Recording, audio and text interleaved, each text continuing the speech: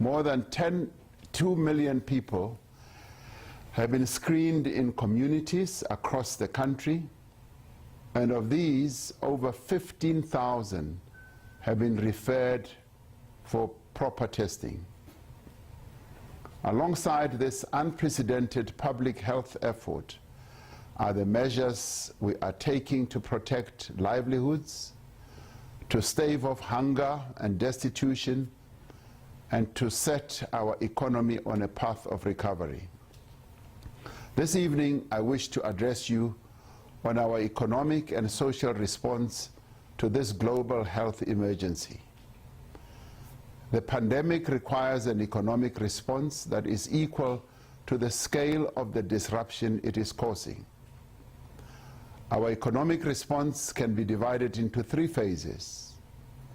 The first phase began in mid-March when we declared the coronavirus pandemic as a national disaster. This included a broad range of measures to mitigate the worst effects of the pandemic on business, on communities, and on individuals. The measures included tax relief, the release of disaster relief funds, emergency procurement, wage support through the UIF, and funding small businesses. We are now embarking on the second phase of our economic response to stabilize the economy, address the extreme decline in supply and demand, and to protect jobs. As part of this phase, we are announcing this evening a massive social and economic support package of 500 billion rand, which amounts to about 10% of our GDP.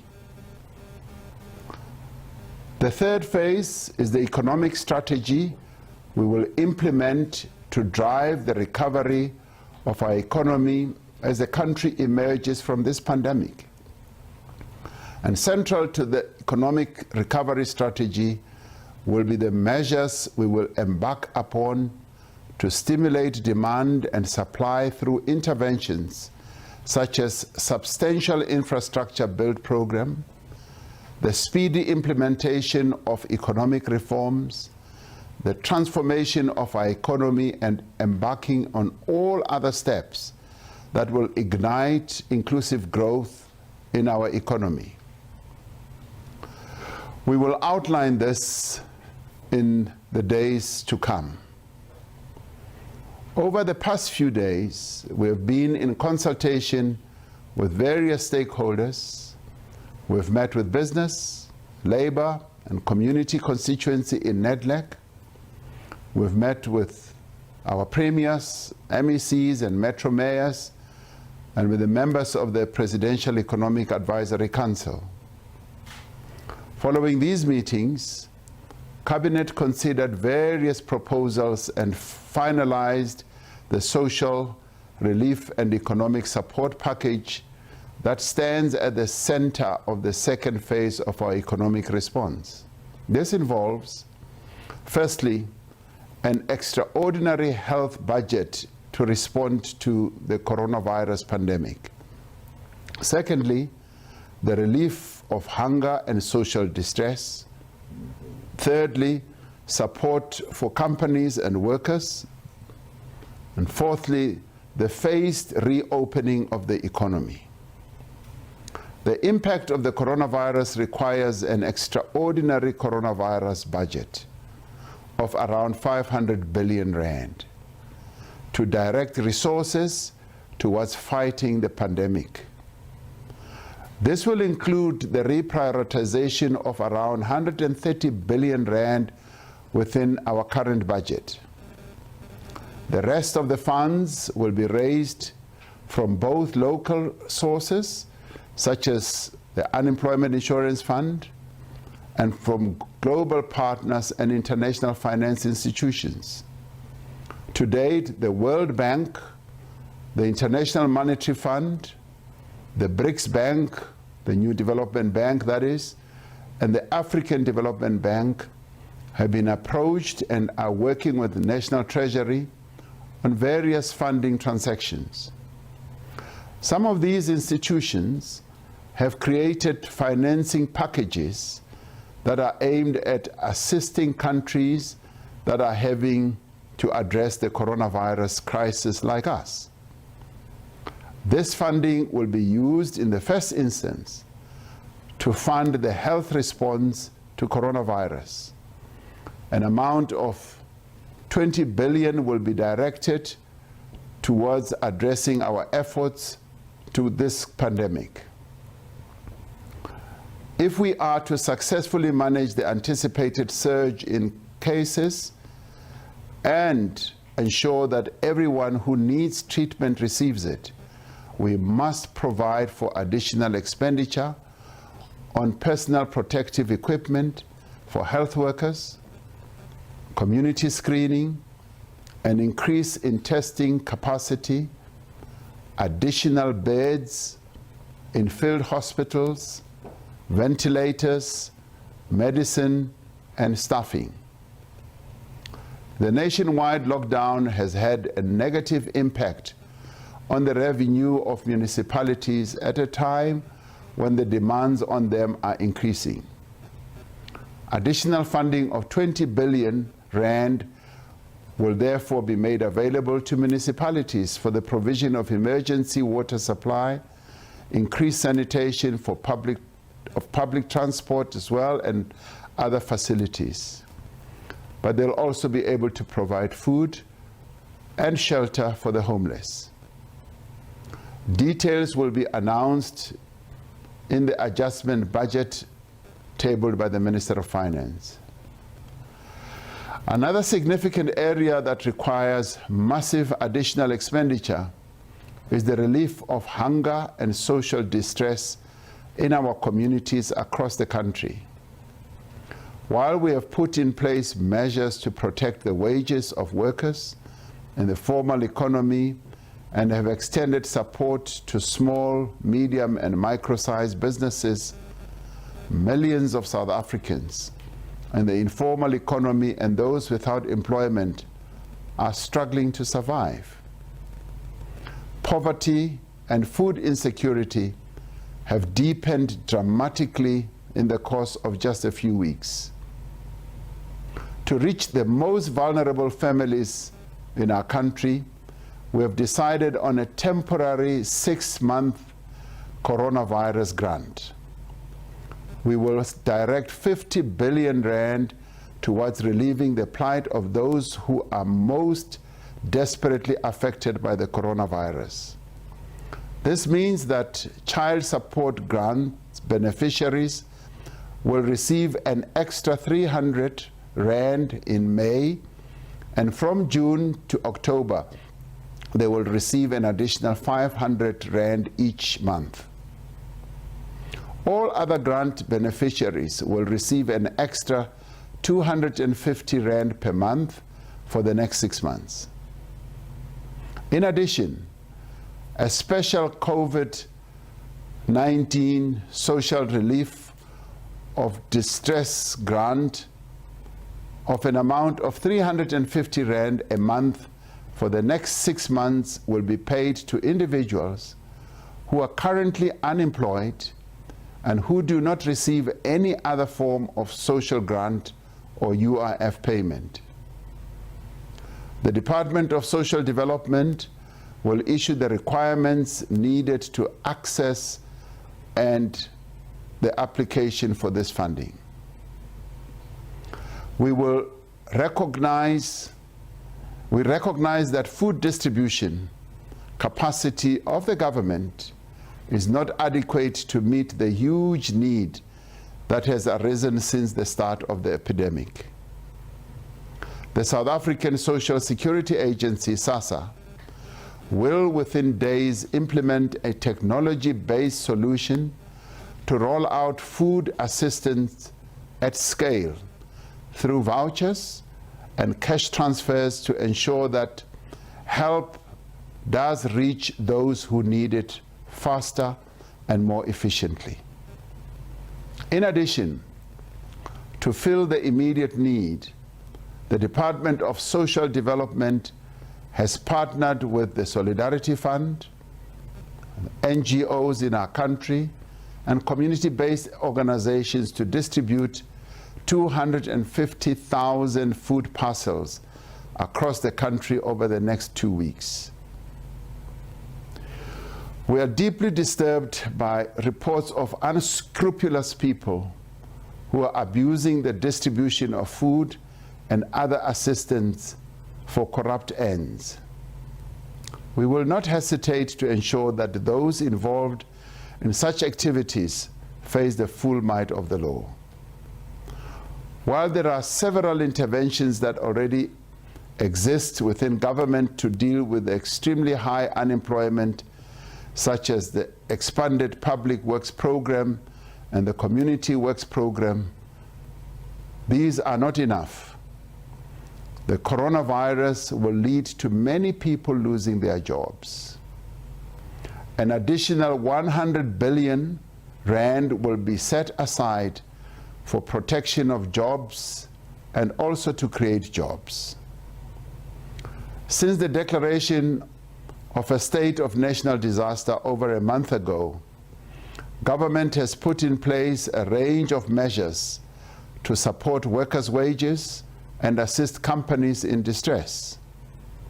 By the end of May, the UIF's special COVID-19 benefit has already paid out 1.6 billion rand, assisting over 37,000 companies and 600,000 workers. 40 billion has been set aside for income support payments for workers whose employers are not able to pay their wages.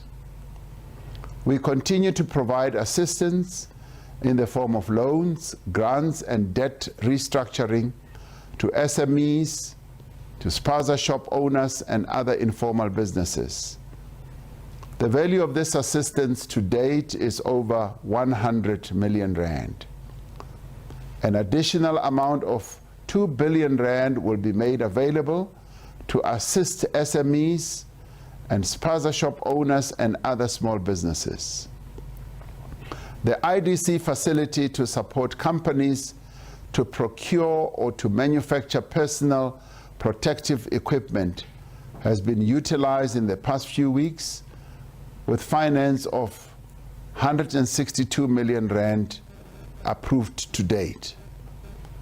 Other forms of support have been extended to artists, to athletes and technical personnel, as well as to waste pickers and public works participants in the environmental sector. While these measures are providing obvious relief to many companies and workers, it is clear that there is a far greater need across the entire economy. We will therefore be introducing a 200 billion loan guarantee scheme in partnership with the major banks in our country, the National Treasury, and the South African Reserve Bank. This will assist enterprises with operational costs, such as salaries, rent, and payment of suppliers. In the initial phase, companies with a turnover of less than 300 million rand a year will be eligible to participate in the scheme. It is expected that the scheme will support over 700,000 firms and more than 3 million employees through this difficult period. A number of the banks are already prepared to roll out the product before the end of the month. Government is also working on additional support measures for vulnerable and affected sectors like the taxi industry. In addition to existing tax relief measures, we will also be introducing a 4-month holiday for companies' skills development levy contributions, fast-tracking VAT refund payments, and a 3-month delay for filing and first payment of carbon tax. To assist a greater number of businesses, the previous turnover threshold to tax deferrals is being increased to 100 million rand a year, and the proportion of pay-as-you-earn payment tax that can be deferred will also be increased to 35%. Businesses with a turnover of more than 100 million a year can apply directly to SARS on a case-by-case basis for deferrals of their tax payments. No penalties for late payments will be applicable if they can show they have been materially negatively impacted in this period. And taxpayers who donate to the Solidarity Fund will be able to claim up to an additional 10% as a deduction from their taxable income. In total, these tax measures should provide at least 70 billion rand in cash flow relief or direct payments to businesses and individuals. And the Minister of Finance will provide further details on the above and other tax-related announcements. In the implementation of all these measures, we're determined to ensure that women, young people, and persons with disability receive particular attention and support. The South African Reserve Bank has also made an important contribution to support the real economy. In line with its constitutional mandate, it has cut the repo rate by 200 basis points, in effect unlocking at least 80 billion rand in the real economy, and taking other steps to provide additional liquidity to the financial system. Several commercial banks and insurance companies have also assisted the economic relief effort by, among other things, delaying or reducing installment payments, providing debt relief, and waiving bank fees for grant beneficiaries.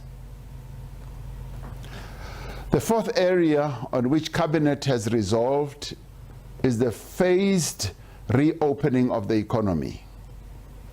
We will follow a risk-adjusted approach to the return of economic activity, balancing the continued need to limit the spread of the coronavirus with the need to get people back to work.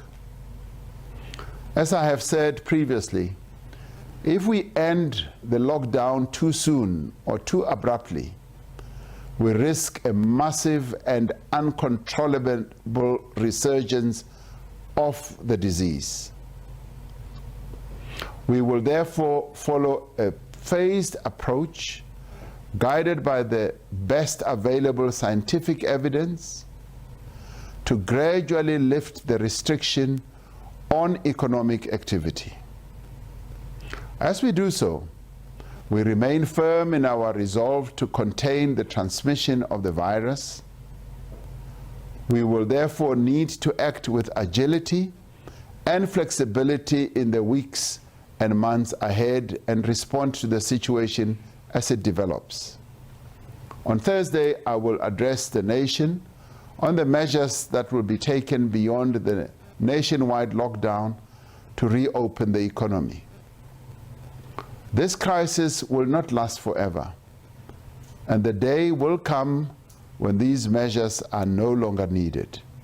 Until then, however, we must ensure that all our people receive adequate support. The scale of this emergency relief program is historic.